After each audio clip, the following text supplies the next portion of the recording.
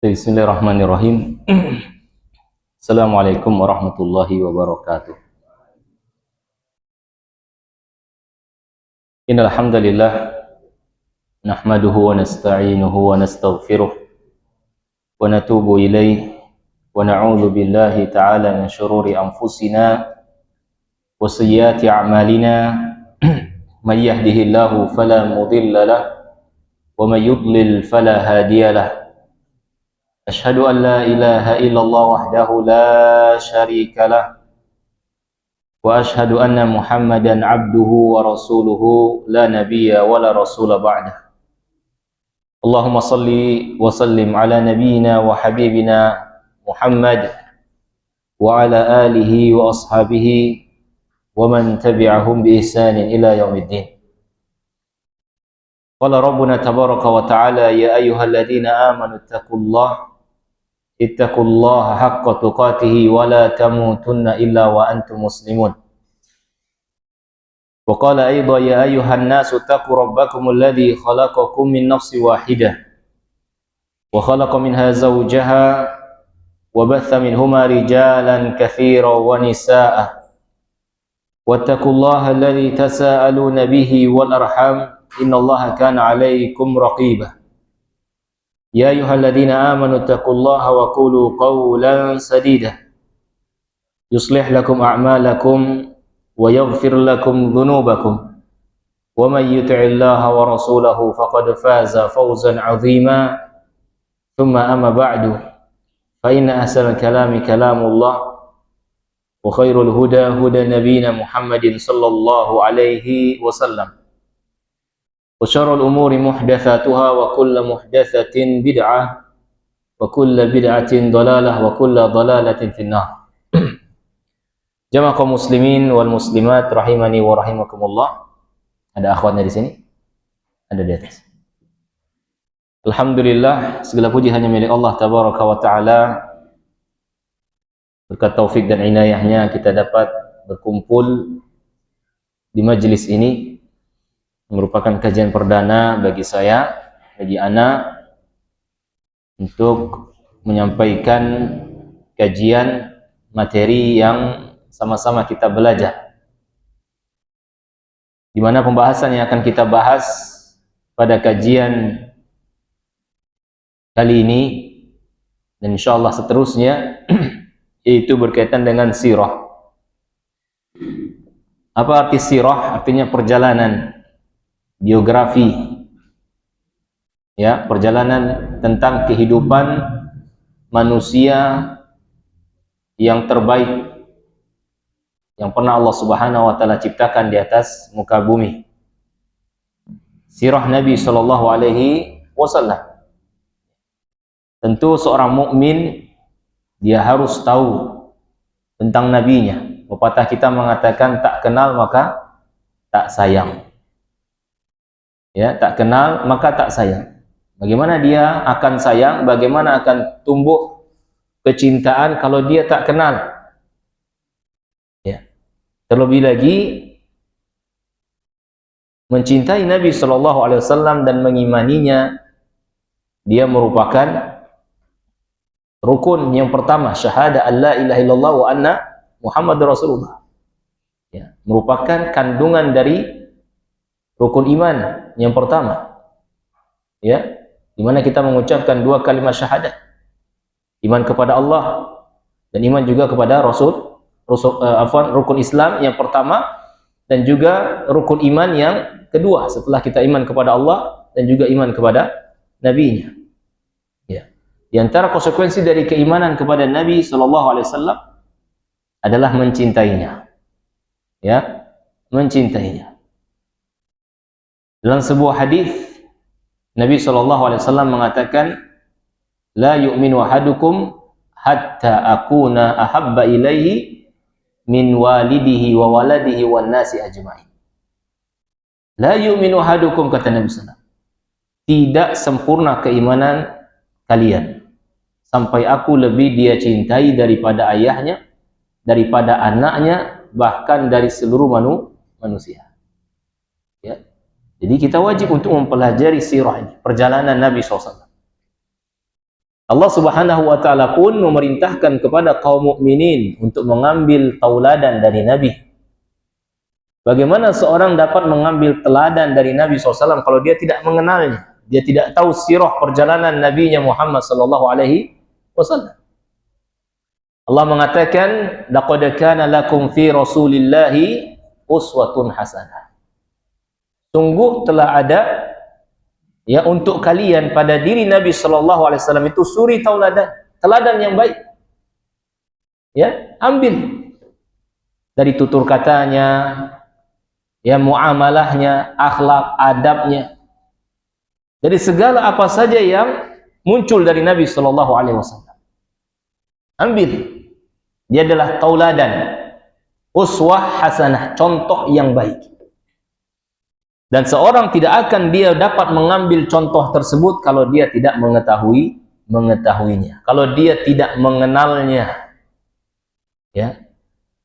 Maka dalam ilmu usul ataupun ilmu qawaid dikatakan ma la yatimul wajibu illa bihi fahuwal wajib.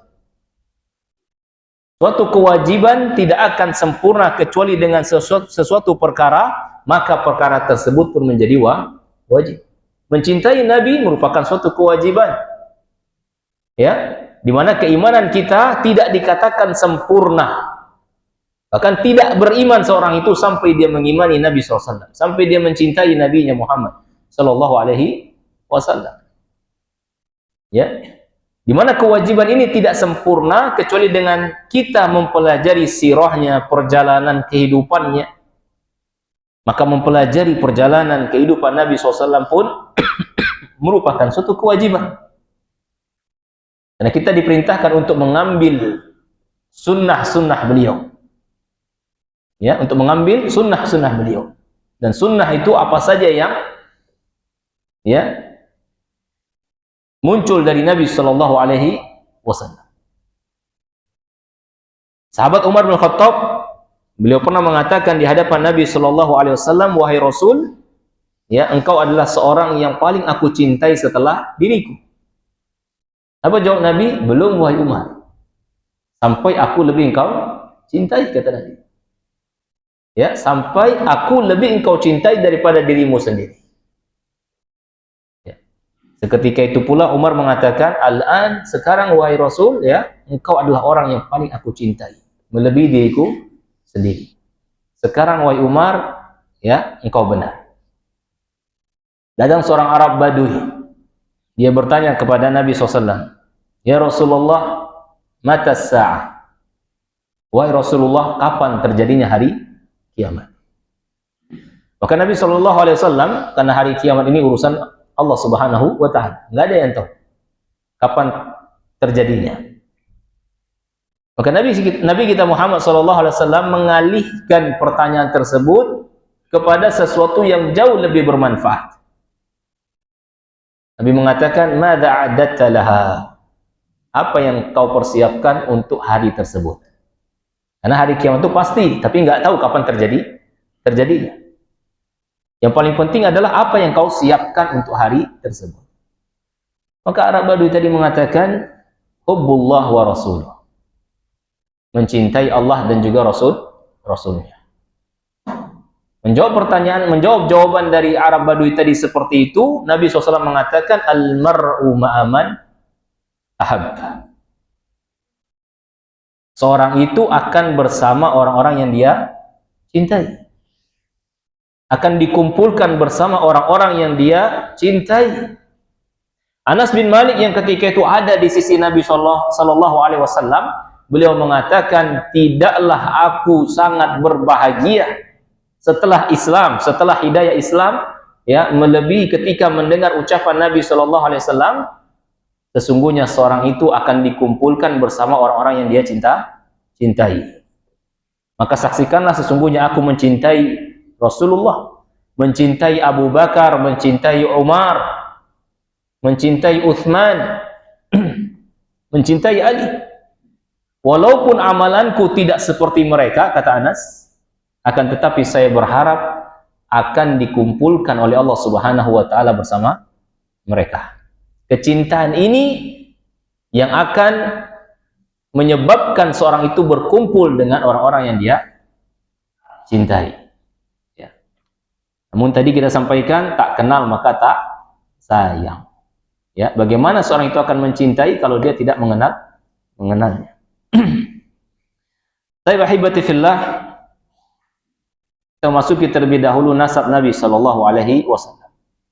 Nabi kita Muhammad sallallahu alaihi wasallam, beliau lahir dari kedua orang tua yang jelas nasab dan juga kehormatan serta kemuliaannya.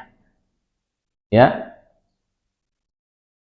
Nasab beliau terbagi ataupun dibagi oleh ulama menjadi 3. Ada nasab yang disepakati oleh ahlus siyar, yang disepakati oleh ulama-ulama sirah dan juga ulama-ulama nasab.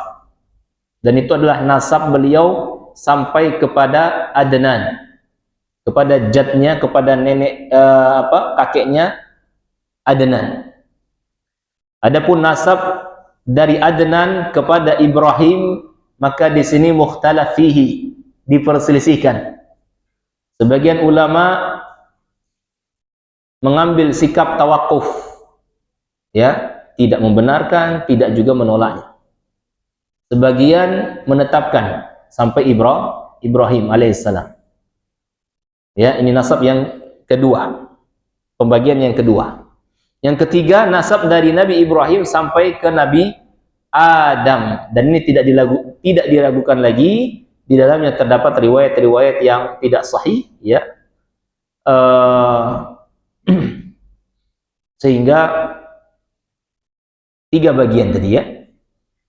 Ada yang muttafaq alaih, yang disepakati oleh ahlu siyar dan ansab, ada yang mukhtalaf fihi, dan ada yang memang sudah tidak diragukan lagi akan ketidaksahihannya, ya, ketidaksahihannya. Hanya saja ulama-ulama siyar ataupun ulama-ulama yang menyebutkan tentang sirah mereka terkadang menyebutkannya juga sampai Nabi Adam alaihissalatu wassalam, ya.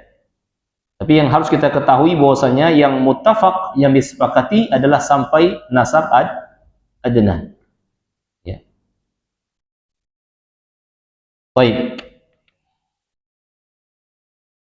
Klasifikasi pertama yaitu sampai Adnan. Beliau adalah Muhammad bin Abdullah bin Abdul Muttalib. Ya. Dan nama asli Abdul Muttalib ini adalah Syaibah. Ya, Syaibah bin Hashim. Hashim ini nama aslinya Amr bin Abdul Manaf, yang nama aslinya adalah Al-Mughirah bin Qusay bin Kilab bin Murrah bin Ka'ab bin Lu'ay bin Ghalib bin Fihr. Dan Fihr inilah yang dijuluki sebagai Quraisy, ya, sebagai Quraisy, dan diambil suku darinya. Ya, kemudian suku Quraisy itu dinisbatkan kepadanya. Bin Malik bin Nadar bin Kinanah bin Khuzaimah bin Mudrika bin Ilyas bin Mudar bin Nizar bin Ma'ad bin Adnan. Ini muttafaq. Ya, muttafaq. Disebutkan banyak kitab-kitab. Ya. Adapun setelahnya dari Adnan kepada Ibrahim, mungkin karena keterbatasan, ya, apa namanya, penyebutan ataupun ilmu pada saat itu, ya, sehingga tidak apa konkretnya itu tidak sampai kepada Nabi Ibrahim alaihissalatu wassalam. Apalagi dari Ibrahim sampai ke Nabi Adam, ya. Dan Syekh Mubarakfuri beliau menyebutkan di sini, ya, dari Adnan sampai Adam, ya. Adnan bin Ad bin Humaisi bin Salamah bin Awash bin Buz bin Qimwal bin Ubay bin Awam bin Nashid bin Haza bin Baldas bin Yadaf, dan seterusnya, panjang dia, sampai bin Ismail bin Ibrahim alaihissalatu wassalam. Kemudian klasifikasi yang ketiga, dari Ibrahim sampailah, ya, Adam alaihi salam. Hanya saja ini tidak diragukan akan kelemahannya, ya, kelemahannya. Maka ini nasab Nabi kita Muhammad sallallahu alaihi wasallam. Nasabnya sangat jelas, di mana beliau adalah seorang yang lahir dari pernikahan yang sah, ya, bukan dari zina. Pernikahan yang sah. Kelahiran Nabi sallallahu alaihi wasallam, beliau dilahirkan di tengah kabilah besar Bani Hashim, ya, yang dimuliakan di tengah-tengah kaumnya pula, di kota yang mulia pilihan Allah Subhanahu wa taala, yaitu kota Mekah. Pada pagi di hari Senin tanggal 9 Rabiul Awal, di sini terdapat khilaf di antara para ulama. Ada yang mengatakan 8, ada yang mengatakan 9, ada yang mengatakan 12, ya. Pada bulan Rabiul Awal yang dikenal dengan tahun gajah, karena kelahiran Nabi Shallallahu Alaihi Wasallam bertepatan dengan peristiwa yang sangat besar, yaitu pasukan Abraha, ya, menyerang kota Mekah, ingin menghancurkan Ka'bah. Di mana zaman dahulu belum ada penanggalan secara nomor, sehingga orang-orang terdahulu itu mereka menetapkan suatu peristiwa, ya, sebagai suatu patokan, ya, suatu peristiwa sebagai patokan. Ya. Nabi SAW lahir ketika pasukan gajah menyerang Mekah, ya, sehingga dikatakanlah amul fil, ya, tahun pasukan bergajah.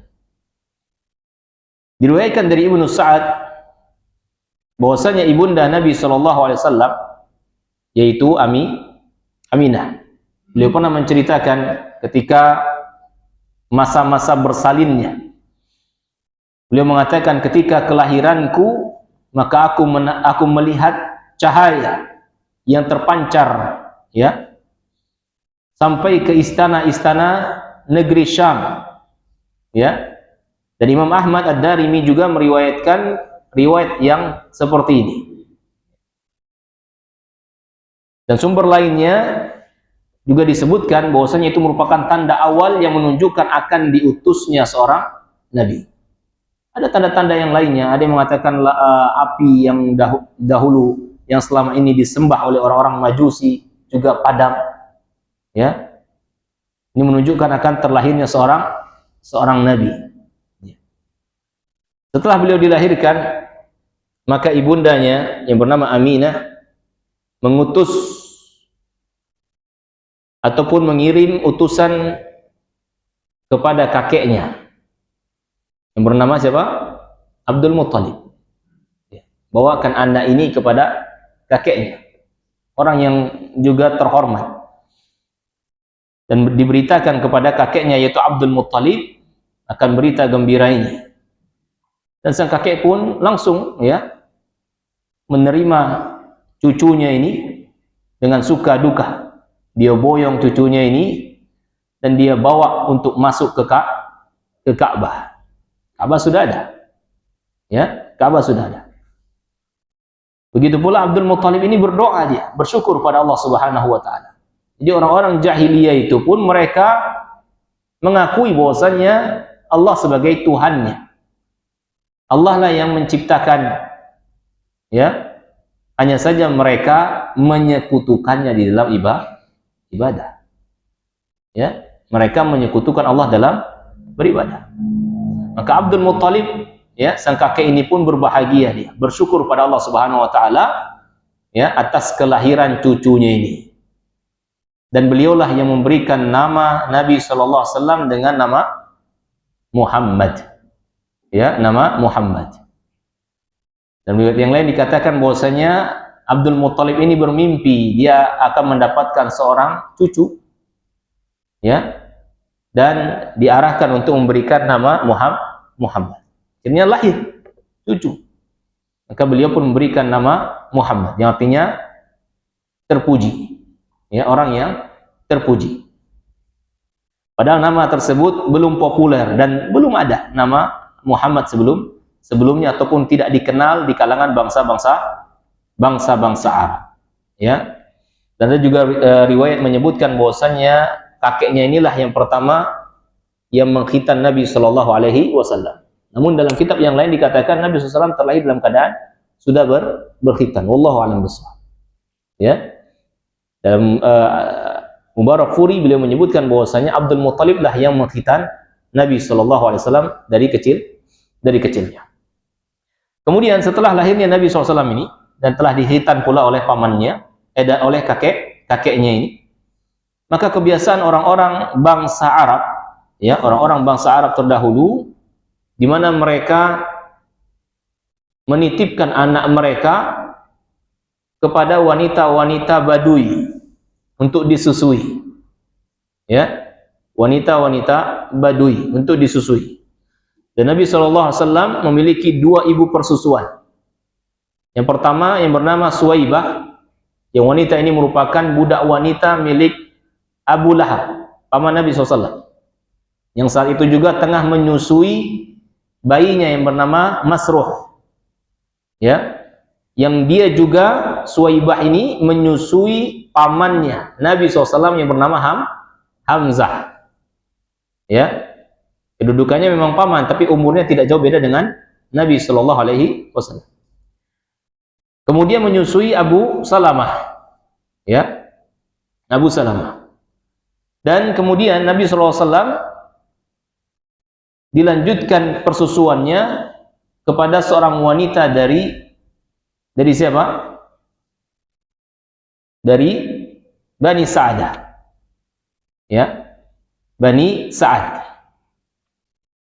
Ya, tadi sudah kita sampaikan bahwasanya tradisi yang berlaku di bangsa Arab itu, apabila ada bayi yang baru lahir, ya, yang mereka tinggal di kota Mekah, itu akan dicarikan wanita-wanita, ya, yang dapat menyusui mereka dan dibawa ke kabilah-kabilahnya, ya, di daerah-daerah Arab Badui sana. Karena ada beberapa hikmah ataupun faedah kenapa harus dibawa ke perkampungan.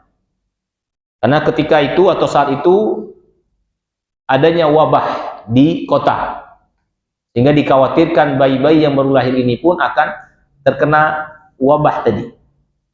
Yang kedua, apabila mereka tinggal di pedesaan, ya, dan disusui oleh wanita-wanita yang tinggal di pedesaan, itu akan lebih kuat bayinya. Dan juga untuk menjaga bahasa, karena yang namanya di kota ini kan banyak orang-orang dari berbagai macam daerah kumpul di sana yang akan merusak tatanan bahasa Arab. Sehingga Nabi SAW pun termasuk orang-orang yang, ya, dihadonahkan, ya, dicarikan ibu susuannya. Ada kisah terkait dengan Halimatus Sa'diyah ini, Halimah As-Sa'diyah, ya, ibu susuan Nabi Sallallahu Alaihi Wasallam, di mana beliau sendiri menceritakan di dalam Ibnu Ishaq menceritakan bagaimana Halimah yang merupakan ibu susuan Nabi SAW ini mengkisahkan awal permulaan perjumpaannya dengan Nabi Muhammad Sallallahu Alaihi Wasallam, ya, di mana orang-orang Bani Sa'diyah ataupun orang-orang Bani Sa'ad, mereka berbondong-bondong untuk pergi ke kota Mekah, kiranya mencari bayi-bayi yang baru lahir, ya, untuk dibawa ke kampung mereka, ya. Maka orang-orang kampung Sa'ad tadi pergilah mereka ke Mekah. Termasuklah Halimah ini, ya, termasuklah Halimah bersama suaminya. Dia berangkat mengendarai seekor keledai dan juga unta, ya. Hanya saja untanya sudah tua renta pula, keledainya pun lemah, ya. Karena untanya tua renta, keledainya pun lemah, akhirnya dia terlambat datang sampai ke kota Mekah, ya. Adapun penduduk-penduduk yang lainnya, tetangganya, sudah sampai duluan di kota Mekah, sehingga mereka bisa door to door, ya, menjajahkan, menawarkan siapa nih yang mau disusukan, ya. Dan mereka meminta upah dari susuan tadi. Karena itu memang tujuannya, ya, meminta upah nantinya. Maka orang-orang yang memiliki harta, kekayaan, ya, anak-anak yang dari bangsawan itu sudah mendapatkan semua jatah dari ibu susuannya. Tinggallah Halimah ini yang datang belakangan. Ya, sampai dia di kota Mekah, anak-anak orang kaya ini sudah diambil semua. Tinggallah Rasulullah Muhammad kecil ini. Ya, Muhammad kecil ini. Yang itu pun pernah sempat ditawarkan, ataupun ada seorang wanita penyusu ini, ya, yang akan menyusukan ini, menawarkan, ya. Tapi ketika tahu bahwasanya Nabi Muhammad SAW adalah seorang anak yang yatim, mundur teratur mereka. Ya, gimana dia anak yatim, tinggal sama ibunya saja atau kakeknya. Nanti siapa yang bisa bayar kita? Akhirnya ditolak. Ya. Dan Halimah ini pun mutar-mutar tidak mendapatkan anak lagi yang bisa disusui, sehingga dia mengatakan, ya sudahlah, kita ambil saja Muhammad kecil ini. Ya, demi Allah saya tidak akan pulang ke kampung saya kecuali dengan membawa anak yatim tadi. Tidak apa-apa lah. Ya, dia sampaikan kepada suaminya juga mengatakan, ya sudah, semoga anak ini bisa membawa keberkahan. Ya. Akhirnya ibunda Nabi SAW Aminah menyerahkan Rasulullah SAW kepada Halimah. Ya, dibuai, digendong, diletakkan di atas tunggangan tadi, keledai. Ya, baru naik di atas keledai tadi, hendak beranjak pulang ke kampung halaman, tiba-tiba terasa berisi ini susunya siapa? Halimah ini. Dan Halimah juga bawa seorang anak, karena tidak mungkin wanita itu bisa menyusui kalau dia tidak punya anak juga, ya. Halimah juga punya anak. Tapi selama perjalanan itu, perjalanan yang susah dia. Perjalanan ke kota Mekah itu susah. Nggak bisa tidur, lambat lagi mobil lagi apa? Kendaraannya, ya. Kenapa nggak bisa tidur? Anak merengek terus, nangis. Ya, merengek nangis. Susu pun nggak ada. Gimana seorang ibu bisa banyak susunya sedangkan dia pun kelaparan? Mau diperas susu ontanya pun sudah tua renta. Nggak bisa diperas lagi. Ya, jalan saja masih bisa jalan, alhamdulillah. Ya. Tapi ketika diambil Nabi SAW tadi di pangkuannya, dibuahnya, tiba-tiba susunya ada. Ya. Maka beliau susukan Nabi SAW di sisi kanannya, karena Nabi SAW mencintai tayammun. Ya, bagian yang kanan. Ya, mendahulukan yang kanan. Ya. Dan anaknya Halimah di bagian yang kiri. Sampailah Nabi SAW itu kenyang dari minum susu tadi. Dan berikut juga anaknya Halimah. Lihat keberkahan anak ini. Dari kecilnya saya sudah berkah. Dan keberkahan ini bukan hanya untuk anaknya Halimah saja. Ketika suaminya Halimah, ya, memeriksa susu onta tadi, ya, tiba-tiba onta itu pun banyak susunya. Ya. Saya pun, kata Halimah, meminumnya sampai puas, sampai sekenyang-kenyangnya. Begitu pula suami saya. Karena kondisi anak sudah kenyang, suami istri pun ini kenyang, akhirnya tertidur lelap mereka. Yang tidak pernah kami merasakan nikmat tidur sebelumnya. Ya, luar biasa keberkahan Nabi SAW. Ya, setelah tidur barulah mereka berangkat. Ya, berangkat dengan kendaraannya tadi, keledai sama unta. Ternyata yang tadinya berangkat dari Bani Sa'ad lambat ke kota Mekah, namun ketika pulangnya dari Mekah ke Bani Sa'diyah itu luar biasa unta ini. Ya, untanya kencang jalannya, keledainya pun kan kencang, sampai-sampai bisa menjumpai wanita-wanita dari Bani Sa'ad yang lainnya yang sudah dahulu pulang ke kampung halamannya. Sehingga mereka takjub melihat, wahai Halimah, ya, ini unta yang kau kendarain tadi bukan yang kau pakai semenjak engkau berangkat? Iya, ini. Kalau kita bahasanya kendaraan itu dia apa? Tune up, ya. Apa dia? Ya, tune up atau apa gitu, ya. Sehingga kencang dia larinya. Ya, nah, ini keberkahan. Dan itu diceritakan oleh oleh Halimah, ya. Sampai mereka mengatakan, ya, kasihanilah kami, ya. Jangan tinggalkan kami wahai Halimah, ya. Wahai putri Abu Zu'aib, ada apa denganmu? Bukankah keledai ini yang dahulu engkau tunggangi ketika pergi? Ya. Maka Halimah mengatakan, demi Allah, inilah keledai yang dulu itu. Nggak ada yang berubah, ya. Yang ada adalah Allah SWT memberikan keberkahan kepada kedua suami istri ini ketika mau memilih Nabi Shallallahu Alaihi Wasallam. Dan keberkahan ini pun ahibati fillah tidak sampai hanya di sini. Yang biasanya di Bani Sa'ad pun ketika itu masih paceklik dia, ya, kering kerontak, di mana ternak-ternak kambing mereka banyak yang kurus, tidak juga produksi susunya susah. Tapi tidak untuk gembalaannya Halimah. Ya. Gembalaannya Halimah ini gemuk-gemuk kambingnya. Susunya pun produksi terus. Sampai-sampai masyarakat-masyarakat yang lainnya memerintahkan kepada tukang gembalaan ini untuk mengembalakan kambingnya di dekat kambingnya Halimah. Ya, karena mereka mengira mungkin di situ banyak rumputnya, banyak makanannya, ya. Maka mereka perintahkan tukang gembala tadi, gembalakan kambing-kambing kalian di mana kambing-kambingnya Halimah digembalakan. Ya. Namun tetaplah hasilnya yang lebih berkah adalah Halimah, ya. Dan ini terus berlaku pada Halimah, didapati oleh Halimah, ya, hari demi hari keberkahan dengan mengambil anak yang mulia ini. Sehingga sempurnalah sampai 2 tahun. Karena rodoah itu, susuan itu kan selama 2 tahun. Kalau sudah 2 tahun disafi. Ya, disafi. Habis masa persusuan tadi, maka sudah tibalah masanya di mana Halimah, ibu susuan ini harus membawa kepada siapa? Kepada ibundanya lagi. Ya, kepada Aminah. Ya.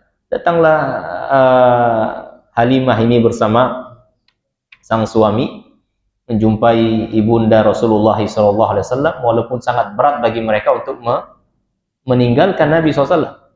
Akhirnya mereka membujuk lagi ibunya Nabi SAW agar masih diberikan kesempatan untuk bisa membawa Nabi Muhammad. Ya, biarlah dia bersama kami lagi, khawatir nanti di kota banyak penyakit, banyak wabah gitu ya, lebih baik bersama kami. Karena beliau benar-benar merasakan keberkahan adanya Nabi Muhammad SAW. Dan Nabi SAW dan Halimah dan Aminah mengizinkan pada saat itu. Akhirnya, ya, ibu susuannya ini bisa membawa Nabi Muhammad SAW untuk yang kedua kalinya. Ya, dibawalah lagi ke Bani Sa'ad. Mereka merasakan lagi bagaimana keberkahan adanya Nabi SAW berada di sisi mereka. Sampai tibanya, ya, ada mengatakan ketika Nabi SAW berumur 4 tahun, ya, terjadilah peristiwa apa? Pembelahan dada Nabi SAW. Ya, ketika Nabi SAW bermain, ya, anak-anak umur 4 tahun bermain dengan anak-anak sebayanya, datang malaikat Jibril. Ya, kemudian Nabi SAW diletakkan di bawah, kemudian dibelah dadanya, diambillah jantung ataupun hatinya tadi, al-qalb, itu jantungnya. Ya, kemudian dibedah, dikeluarkan segumpal darah hitam, darah kotor ini, dan dikatakan ini adalah bagian syaitan. Ya, dibuang, kemudian dicuci lagi jantung atau hati tadi, diletakkan lagi di tempatnya. Yang peristiwa ini membuat kaget anak-anak. Ya, anak-anak yang melihat peristiwa Muhammad kecil ini sedang dibaringkan sama seorang, kemudian dibelah dadanya, ya, lari kocar-kacir mereka. Ya, pulang semuanya ke rumah-rumah mereka. Termasuklah mereka mendatangi rumahnya siapa? Halimah, mengabarkan bahwasanya Muhammad dibunuh. Ya, ada orang yang membelah dada. Ya. Mendengar berita tersebut tentu panik Halimah ini. Ada apa ini? Ya. Apa yang terjadi? Lari mereka. bergegas untuk mendapati ataupun menjumpai Nabi SAW di tempat tersebut. Sampainya mereka di tempat tersebut, Nabi SAW sudah selesai operasi, ya. Ini operasi pertama, ya. Operasi pertama, iya. Operasi pertama, ya. Luar biasa. Sahabat Anas bin Malik yang merupakan khadim Nabi SAW, dari kecil dia bersama Nabi SAW, beliau mengatakan, aku melihat bekas belahan yang di dada Nabi SAW, ya. Aku melihat bekas belahan dada Nabi SAW, ya, kata beliau. Nah, sehingga bersih dari hati Nabi SAW. Malaikat Jibril mengatakan, jikalau darah tersebut, segumpal darah tadi masih tetap ada di sana, maka dia akan menyuruh kepada keburukan. Sehingga diambil tadi. Jadi semenjak kecilnya. Tapi dari peristiwa tersebut, ibu susuannya Nabi SAW yang bernama Halimah khawatir, cemas dia. Ya, dia dapati Muhammad dalam kondisi pucat, ya, lemas, lesu begitu. Seperti orang habis operasi lah, ya. Sebagaimana orang habis operasi. Nah, peristiwa tersebut membuat Halimah cemas dia, ya, khawatir, takut akan terjadi hal-hal yang tidak baik menimpa Muhammad kecil ini lagi. Tentu dia akan tanggung jawab nanti di hadapan orang tuanya, apalagi di Bani Hashim, ya. Akhirnya semenjak peristiwa tersebut, maka Halimah dengan berat hati, ya, mengantarkanlah Nabi SAW kepada siapa? Kepada pangkuan ibunya Aminah, ya, karena khawatir tadi, ya. Sebagai bentuk kesetiaan, ya, Aminah memandang perlu untuk sebagai bentuk amanah tadi dikembalikanlah kepada Aminah, ya. Maka semenjak itu Nabi SAW mulai hidup bersama ibundanya, yaitu Aminah. Kemudian ahibati fillah, Nabi SAW kembali lagi kepada pangkuannya, ke pangkuan ibunya, ya, yaitu Aminah. Maka ibunya pun sangat sayang kepada Nabi SAW, dan begitu pula Nabi SAW sangat berbakti kepada ibunya, sampai suatu saat ibundanya ini mengajak Nabi SAW untuk menziarahi kuburan ayah Nabi, ya, Abdullah. Di mana ayah Nabi SAW dikuburkan? Di Yathrib, ya. Pernah dengar kota Yathrib? Pernah dengar? Belum, ya. Yathrib itu kota Madinah. Jadi ayah Nabi SAW Abdullah itu wafat di kota Madinah. Dahulu namanya Yathrib, dan terus namanya Yathrib sampai Nabi SAW hijrah ke Madinah. Ya, semenjak itu namanya berubah menjadi Madinah. Ya, maka Aminah keluar bersama anaknya, yaitu Nabi SAW. Ada yang juga mengatakan bersama kakeknya ke kota Madinah. Perjalanan dahulu, ya, iya, dari Mekah ke Madinah berapa kilo? 450 kilo. Ya, ditempuh oleh Nabi SAW bersama ibundanya, bersama juga Abdul Muttalib, ya. Sampailah di kota Madinah, mengunjungi menziarahi kubur ayahnya, ya, dan sempat tinggal di kota Madinah selama 1 bulan kurang lebih. Nabi SAW tinggal di kota Madinah bersama ibundanya, ya, di kota Madinah. Setelah itu mereka pun beranjak pulang kembali ke kota Mekkah. Namun di tengah perjalanan, ibunda Nabi SAW yang bernama Aminah, ya, jatuh sakit yang membawanya kepada kematian. Ya, akhirnya beliau pun wafat di suatu tempat yang bernama Al-Abwa, ya, yang bernama Al-Abwa, suatu tempat di antara Mekah dan Madinah. Di sanalah ibunda Nabi SAW dikuburkan. Ketika Fathul Mekah, di saat Nabi SAW membawa pasukan dari Madinah ke kota Mekah, maka beliau meminta izin kepada Allah Subhanahu wa Ta'ala untuk menziarahi ibunya ini. ya, di abwa, karena akan melintas itu abwa, ya, dan diizinkan oleh Allah Subhanahu wa taala. Dan nangis Nabi SAW, ya, ketika menziarahi kubur ibundanya, nangis beliau, ya. Baik, azan ya, kita azan dulu, nanti kita lanjutkan sedikit.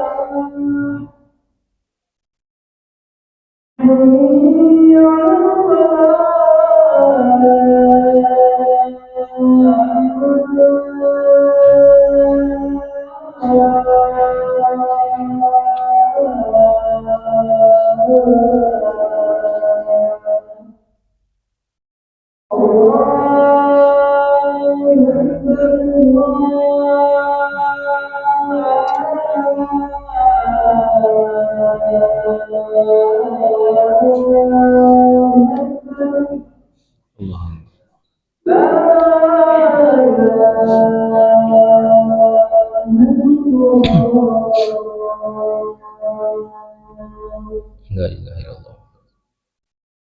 Allahumma shalli ala Muhammad.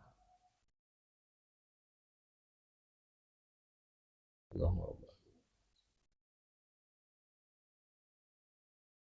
ikhwani wa akhwati fillah, setelah wafatnya ibunya Nabi Shallallahu Alaihi Wasallam, maka berilah pengasuhan Nabi kita Muhammad Shallallahu Alaihi Wasallam kepada kakeknya Abdul Muttalib, dan semakin iba dan sedih hati kakeknya ini, ya, karena tentu biasanya memang seorang kakek ini lebih cinta dia kepada cucunya, Ya, dia cinta kepada anaknya, tapi ketika anaknya sudah mendapatkan anak lagi, artinya dia punya cucu, dia lebih sayang lagi kepada cucunya.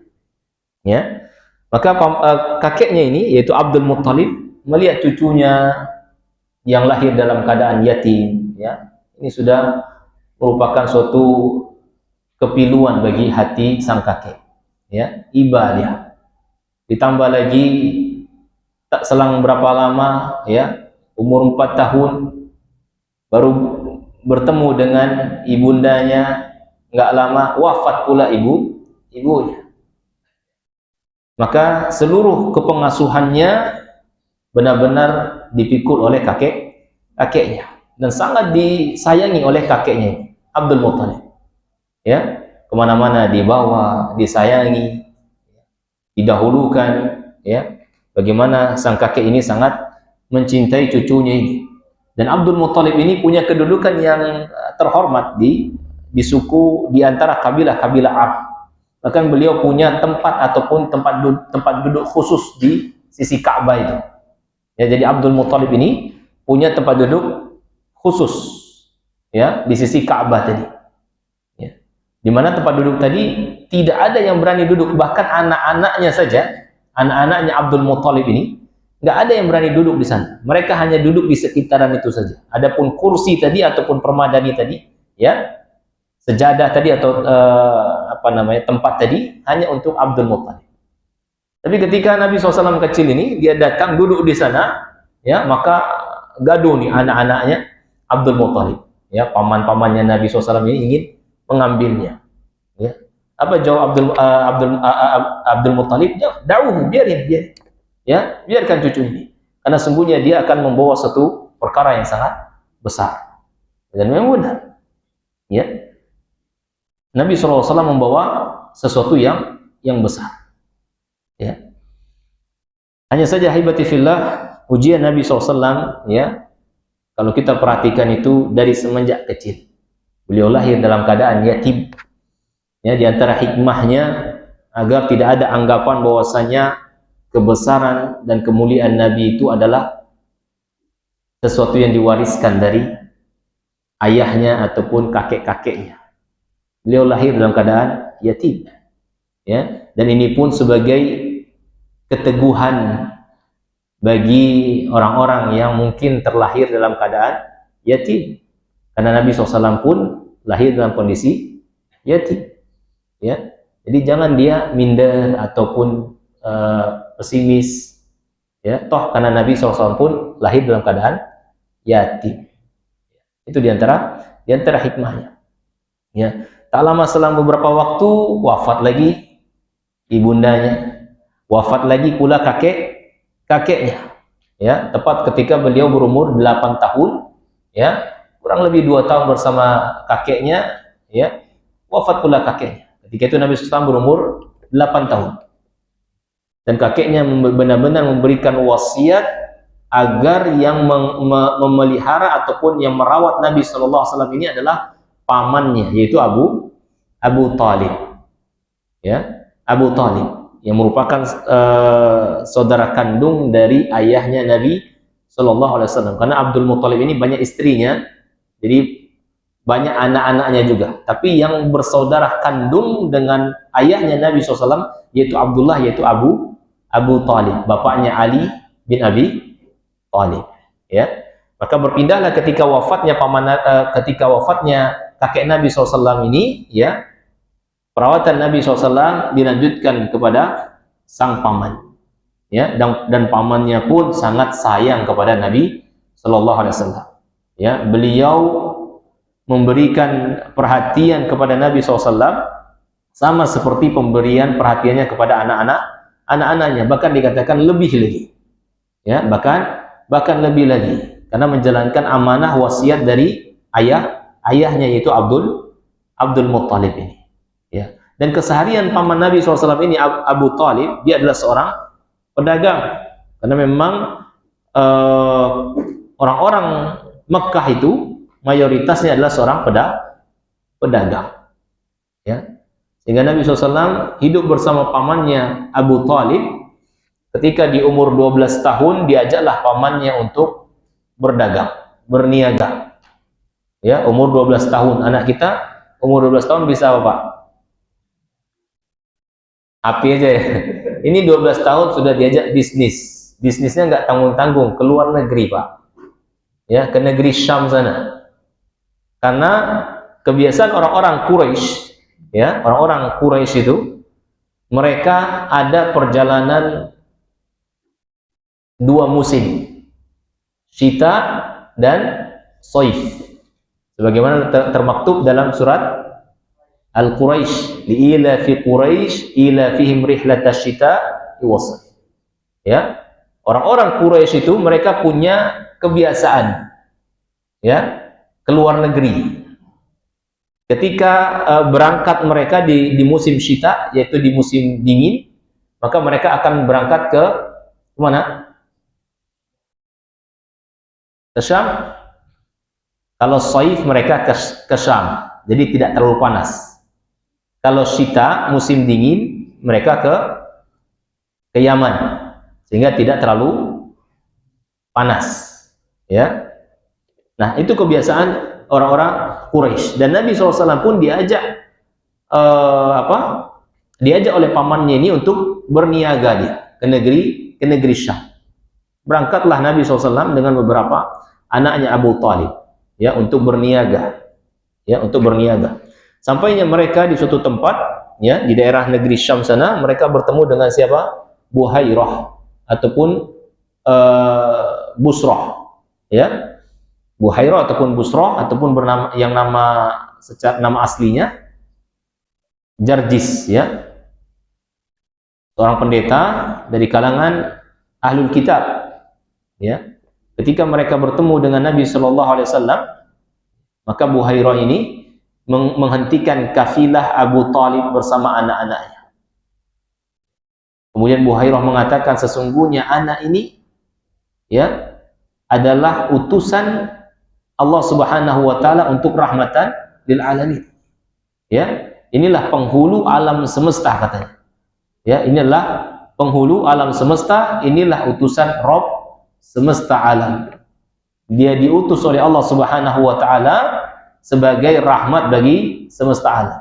Maka Abu Talib bertanya, ya, dari mana engkau tahu bahwasanya anak ini akan menjadi nabi, ya, utusan Allah Subhanahu wa taala? Maka Buhairah tadi mengatakan bahwasanya tidaklah kalian melewati suatu lembah ataupun suatu jalan melainkan gunung-gunung dan pepohonan tersebut, ya, sujud menghormati Nabi Shallallahu Alaihi Wasallam. Dan itu kami ketahui dari tanda-tanda kenabiannya. Ya, dan ada tanda kenabian Nabi SAW itu di bawah tengkuknya ini, ya. Ya, ada khatamun nubuwah, ya, ada cap ataupun tanda kenabian, dan itu ada di punduk tengkuk Nabi Shallallahu Alaihi Wasallam. Kemudian Buhairah tadi pun memberikan wasiat kepada paman Nabi SAW Abu Talib agar membawa kembali anak ini, yaitu Muhammad kecil ini, kembali ke Mekah, jangan dilanjutkan ke negeri Syam, karena khawatir nanti orang-orang Romawi di negeri Syam sana dan orang-orang Yahudi, ya, mereka akan melakukan suatu keburukan kepada Nabi Muhammad Sallallahu Alaihi Wasallam. Jadi orang-orang Ahlul Kitab itu, ahibati fillah, mereka mengenal, ya, mengenal tanda-tanda kenabian Sallallahu Alaihi Wasallam. Mereka tahu, hanya saja mereka tidak mau mengimaninya. Karena ketika mereka mengetahui bahwasanya Nabi yang terakhir itu bukan dari silsilah mereka, bukan dari Ishak, tapi dari jalur Ismail, ya, angkuh mereka, iri. Harusnya dari kami, ya, dari bangsa kami, ya, bukan dari bangsa Arab. Sehingga mereka menolaknya. Dan Allah SWT sendiri mengatakan, ya'rifunahu kama ya'rifuna abna'ahu. Sesungguhnya orang-orang Ahlul Kitab itu benar-benar mengenali Muhammad ini sebagaimana mereka mengenali anak mereka sendiri. Kita kenal nggak sama anak kita sendiri? Kenal. Ya, kita kenal suaranya, walaupun kita nggak lihat misalnya. Yang luar, siapa yang datang nih? Ini anak saya nih. Anak yang pertama, anak yang kedua, tahu. Bahkan jejak kakinya pun, langkah kakinya pun kita tahu. Nah, ini si abang nih, ini si adik nih. Ya, saking kenalnya kita. Baunya pun kita tahu. Begitu pula orang-orang ahlul kitab. Ya, akan kedatangan munculnya seorang nabi akhir zaman itu mereka tahu dari kitab-kitab mereka. Termasuk Buhairah ini yang dia masih berpegang teguh dengan kitabnya. Ya, berpegang teguh dengan kitabnya. Maka dia perintahkan kepada paman Nabi sallallahu alaihi wasallam Abu Talib untuk kembali sudah. Maka Abu Talib mengutus beberapa anaknya untuk membawa Muhammad kembali ke kota Mekkah. Dan peristiwa-peristiwa ini haibati fillah menguatkan lagi paman Nabi SAW akan kebenaran Muhammad. Dia tahu bahwasanya apa yang dibawa ponakannya ini adalah suatu kebenaran. Bahwasanya Muhammad ini ponakannya ini adalah seorang nabi. Makanya paman Nabi SAW Abu Talib ini senantiasa membelanya, menjaganya, ya, menyokongnya. Tapi untuk mengucapkan la ilaha illallah belum mau. Karena apa? Gengsi sama teman-temannya, tidak keenakan. Ya, tidak keenakan sama teman-temannya. Nah, inilah kata kalau Ustaz Zainal mengatakan agama tidak enakan. Akhirnya sesat. Ya, nggak keenakan. Saya nggak mau sholat, kenapa? Nggak enak sama teman, biasa nggak sholat. Nanti ketemu sama dia, ye so alim kata dia kan. Akhirnya nggak sholat dia. Ya, ketika paman Nabi SAW akan wafat, ya, meninggal, Nabi SAW mendatanginya. Dia mengatakan, ya ammi qul la ilaha illallah. Wahai pamanku, ucapkanlah la ilaha illallah. Sedikit lagi sudah. Ya, sedikit lagi. Di detik-detik yang menentukan.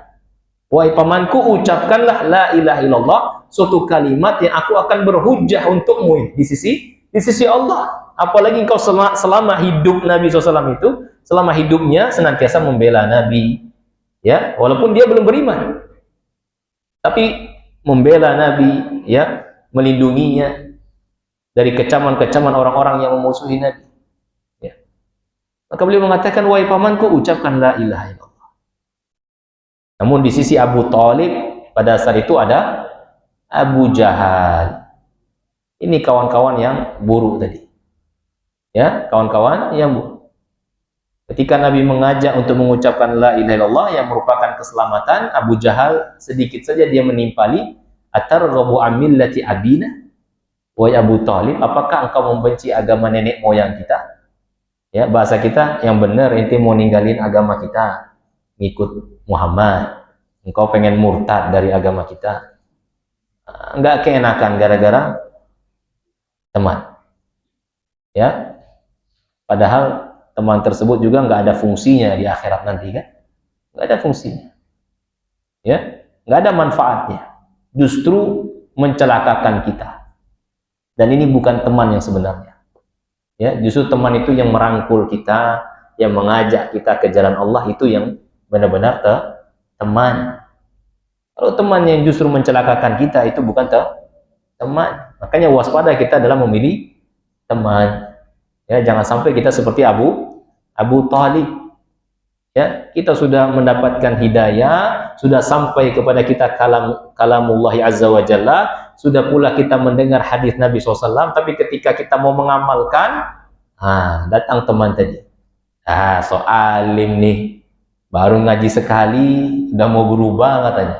Nggak jadi akhirnya. Ya, nggak jadi gara-gara apa? Teman tadi. Ya, ini celaka teman-teman yang buruk. Kita ambil pelajaran hikmah di sini.